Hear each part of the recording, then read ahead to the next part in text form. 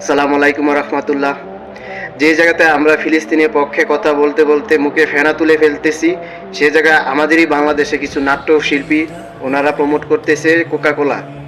Israel পক্ষ হয়ে কিছু টাকার বিনিময়ের জন্য ওনারা প্রমোট করতেছে। আসলে পুরো বিশ্ব মানুষ ফিলিস্তিনি পক্ষ হয়ে কথা বলতেছে, সেই জায়গায় আমাদের বাংলাদেশে কিছু নাট্যকর ওনারা প্রমোট করতেছে ইসরায়েলের পণ্য। এই দেখেন ওদের অবস্থা।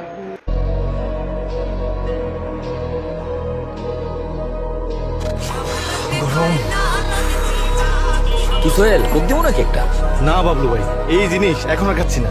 কেন, কি হলো আবার? শোনেন নাই, এটা তো ওই জায়গা। কি সুলতান সুলেমান, তুমি নাকি কইছো কোক ওই জায়গার? হ্যাঁ। আরে মিয়ারা, কোক মোটেও ওই জায়গার না। 138 বছর ধরে 190টা দেশে লোকে কোক খায়। তুরস্কে খায়, স্পেনে খায়, দুবাইতে খায়। আর ফিলিস্তিনে তো কোকের ফ্যাক্টরি আছে। আর ফিলিস্তিনে তো কোকের ফ্যাক্টরি আছে।